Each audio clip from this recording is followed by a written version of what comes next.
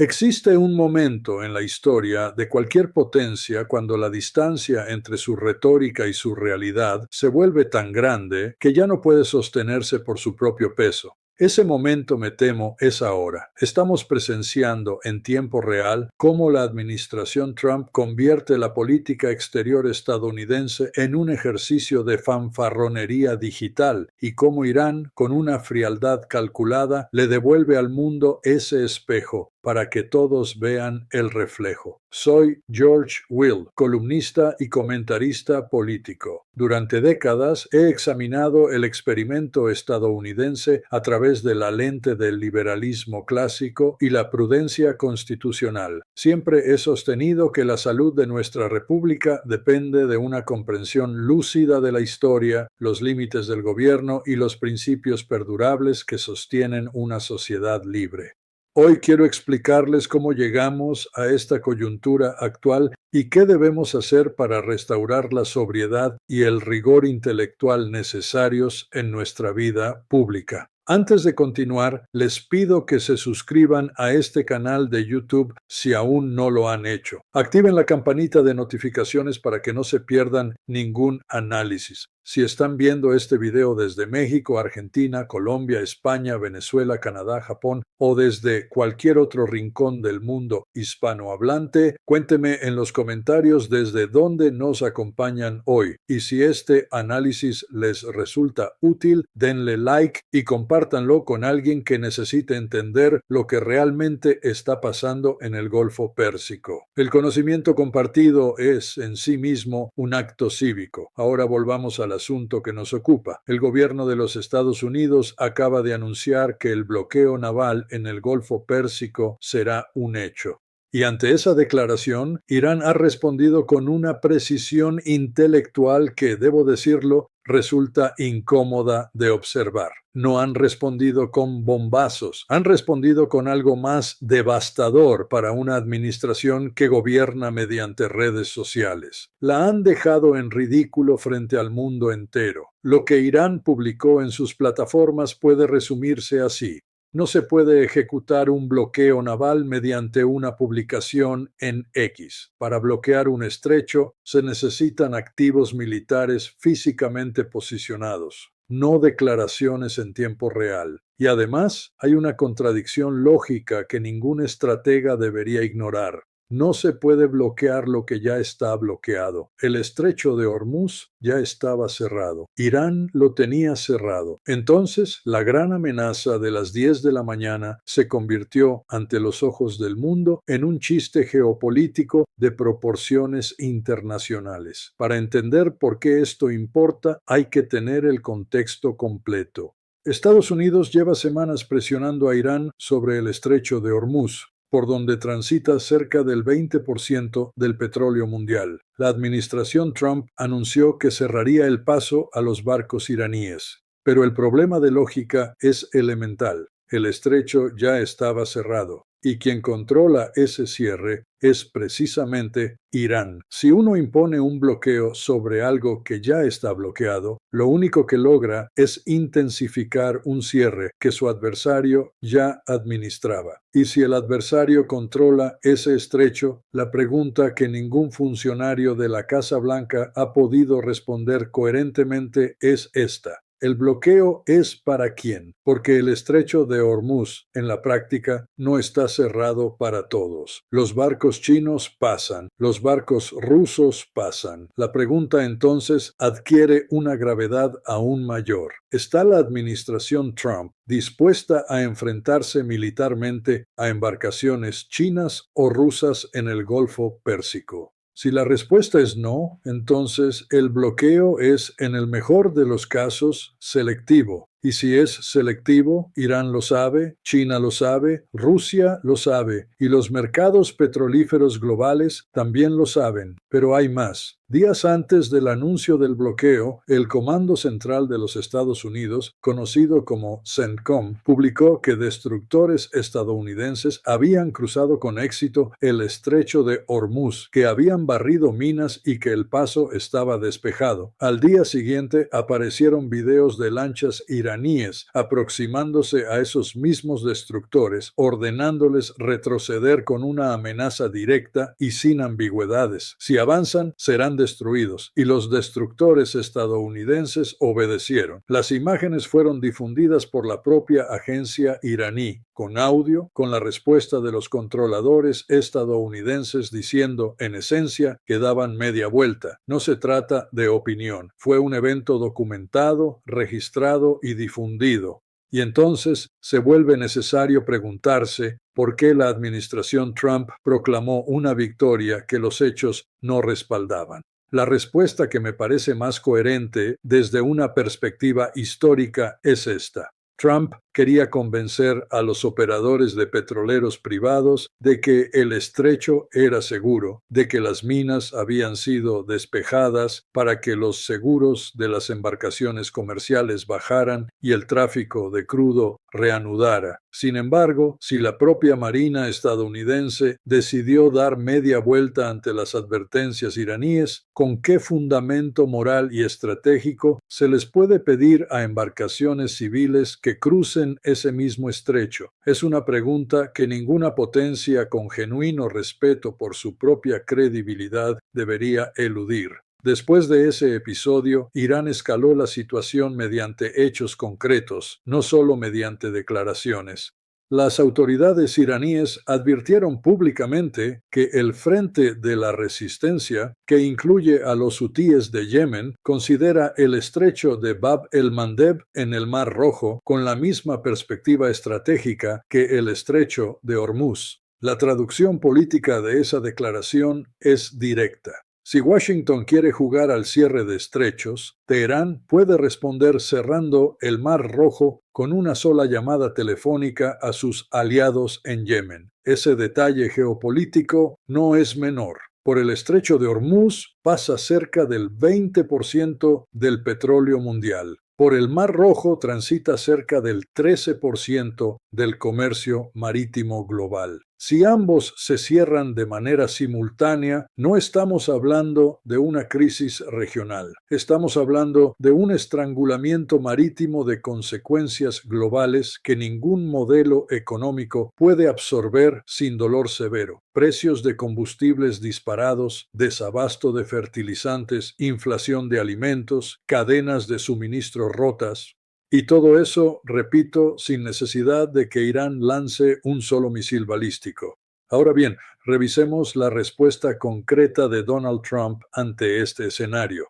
Publicó en sus redes sociales que la armada iraní yace en el fondo del mar. Amenazó con un método rápido y brutal similar al empleado contra el narcotráfico en el Caribe y declaró que cualquier embarcación que se aproxime al bloqueo naval estadounidense será eliminada de inmediato. Con todo el respeto que merece la oficina que ocupa, esta retórica presenta tres problemas fundamentales que cualquier observador serio de la política exterior no puede ignorar. El primero es de naturaleza factual, comparar la capacidad militar iraní con las operaciones contra lanchas de pescadores en el Caribe no es solo impreciso, es estratégicamente peligroso. El Caribe no es el Golfo Pérsico. Irán no es una lancha de madera sin comunicaciones. A lo largo de décadas cubriendo la política exterior estadounidense, he aprendido que subestimar al adversario es el error que más consistentemente precede a las catástrofes estratégicas. Irán opera patrulleros armados con misiles y torpedos. Tiene entre 300 y 350 lanchas de ataque rápido, muchas de ellas cargadas con misiles de precisión. Tiene miles de drones, incluyendo versiones no tripuladas diseñadas para impactar embarcaciones enemigas con una eficacia que los sistemas de defensa convencional tienen serias dificultades para interceptar a escala. Nada de ese arsenal ha sido destruido por la administración Trump. El segundo problema es estratégico. La guerra asimétrica del siglo XXI no se gana con portaaviones ni con destructores de última generación. La lección más clara que hemos presenciado en los últimos años proviene del Mar Negro, donde Ucrania retiró a la flota rusa mediante drones de lanchas no tripuladas de bajo costo. Una lancha rápida iraní de $20,000, equipada con un misil de precisión, puede dejar fuera de combate a un destructor que costó miles de millones. Esa asimetría de costos es, en términos históricos, una de las transformaciones más significativas del poder militar moderno. Es como un boxeador de peso pesado que gasta toda su energía esquivando a un peleador rápido que solo necesita conectar un golpe para cambiar el resultado. Y es una realidad que la administración Trump parece ignorar con una consistencia que ya resulta preocupante. El tercer problema es moral y político. Los propios soldados estadounidenses están llamando a líneas de ayuda para negarse a participar en este conflicto por razones de conciencia. Ciudadanos estadounidenses de toda condición están condenando públicamente estas acciones. La moral interna importa en la guerra. Ha importado siempre. He estudiado suficiente historia militar como para saber que, cuando una sociedad democrática retira su consentimiento a un conflicto, ninguna cantidad de portaaviones puede compensar esa fractura. Esto no es propaganda enemiga, es lo que reportan medios estadounidenses, es lo que expresan públicamente figuras de la cultura norteamericana, es lo que dicen personas que votan, que pagan impuestos, que tienen hijos en el ejército y que se preguntan con toda legitimidad por qué se les pide que carguen con las consecuencias de una política que no entienden y que no apoyan. Quiero detenerme aquí un momento en la cuestión narrativa, porque me parece particularmente reveladora del estado intelectual de esta administración. Todos recordamos cuando, en un momento de evidente desesperación, Trump publicó algo así como un ruego para que el estrecho de Hormuz fuera abierto, con un lenguaje que difícilmente podría describirse como el de alguien que controla la situación. Era el lenguaje de alguien que ha perdido el hilo. Y ahora, ante la resignación de que el estrecho no se va a abrir bajo sus términos, la posición mediática ha cambiado abruptamente. De pronto, Trump quiere hacernos creer que es él quien mantiene cerrado el estrecho porque así lo decidió, que tiene la llave, que el cierre es su victoria. Esa inversión narrativa no engaña a ningún observador con memoria. Puede engañar a quienes solo consumen titulares, pero en la diplomacia internacional, en los mercados de futuros de petróleo, en las capitales que deben tomar decisiones energéticas soberanas, nadie olvida la secuencia real de los eventos. Y esa secuencia dice que el estrecho estaba cerrado antes de que Trump llegara, que sus destructores tuvieron que dar media vuelta ante lanchas iraníes y que el bloqueo anunciado con tanto estruendo no produjo el efecto prometido. Lo que sí está produciendo efecto es el precio del combustible. El petróleo es una commodity global. Cuando sube, sube para todos. Sube en México, sube en Argentina, sube en Colombia, sube en España, sube en Canadá y sube también en los estados que votaron por Trump.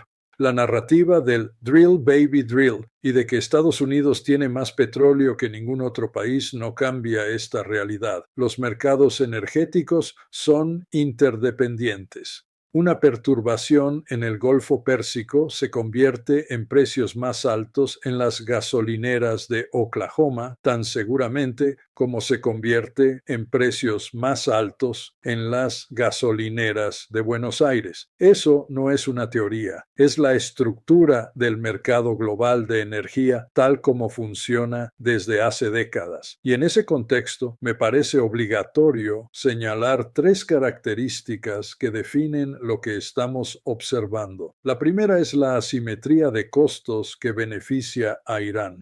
Mantener un bloqueo en el Golfo Pérsico le cuesta a Estados Unidos miles de millones de dólares. Portaaviones, varios de ellos ya con daños documentados, destructores que se arriesgan a ser perdidos, aviones cisterna de reabastecimiento, de los cuales ya se han perdido varios. Es una ecuación que la Casa Blanca no puede sostener indefinidamente. En cambio, para Irán, cerrar el estrecho de Hormuz o activar a sus aliados en Yemen para cerrar el Mar Rojo es una operación de bajo costo operativo. Lanchas rápidas de $20.000, drones de $5.000, misiles de precisión ya posicionados. Es una diferencia de escala que cualquier contador, cualquier estratega, cualquier historiador militar reconocería de inmediato. La segunda característica es que el frente interno importa más que el frente externo. Irán tiene algo que ningún arsenal puede fabricar: la percepción dentro de su propio territorio y entre sus aliados regionales de que está resistiendo con éxito. Y Estados Unidos, por contraste, enfrenta una erosión interna de apoyo que sus propios medios documentan con regularidad creciente. Una potencia cuyo ejército duda, cuya opinión pública se opone y cuyos aliados guardan silencio incómodo, no está en posición de proyectar la voluntad sostenida que requiere una operación militar de esta escala y complejidad. La tercera es el efecto dominó económico global. Si el estrecho de Hormuz y el Mar Rojo se cierran de manera simultánea o alternada, el impacto sobre los precios del petróleo y del gas será inmediato y severo. Eso se traduce en inflación de alimentos porque los fertilizantes dependen del gas natural. Se traduce en cadenas logísticas rotas porque el transporte marítimo es el sistema circulatorio del comercio global. Se traduce en presión política interna en todos los países que dependen del petróleo importado. Y se traduce, con una ironía que la historia suele reservar para quienes la ignoran, en precios más altos para los propios consumidores estadounidenses que esta administración dice defender. Lo que estamos viendo, en conclusión, no es un triunfo de la administración Trump, es una exposición de sus límites, un bloqueo anunciado en redes sociales, destructores que retroceden ante lanchas rápidas, soldados que rechazan ir a pelear una guerra que no comprenden ni apoyan, ciudadanos que condenan estas acciones porque no las consideran compatibles ni con sus valores morales ni con sus intereses patrióticos concretos. Esta situación no beneficia a los Estados Unidos como nación, no beneficia a sus ciudadanos, no fortalece su posición en el orden internacional. Fortalece, en cambio, los intereses de quienes se benefician de la volatilidad energética y de quienes observan con satisfacción cómo la potencia que durante décadas definió las reglas del orden marítimo internacional ahora negocia su credibilidad en 280 caracteres. He pasado décadas argumentando que la grandeza de la República estadounidense descansa sobre instituciones sólidas, sobre una cultura de la responsabilidad y sobre el respeto a la verdad como fundamento de la vida pública. Lo que observo hoy me preocupa, no como adversario de ningún partido, sino como alguien que ha dedicado su vida profesional a la salud intelectual y constitucional de esta democracia. Una potencia que no puede distinguir entre la realidad de sus capacidades y la narrativa que desea proyectar, no está en condiciones de liderar. Y una administración que confunde el ruido con la acción, la amenaza con la ejecución y la publicación en redes con la política exterior, nos está llevando a todos hacia un terreno de consecuencias que nadie debería desear enfrentar sin la claridad que la situación exige.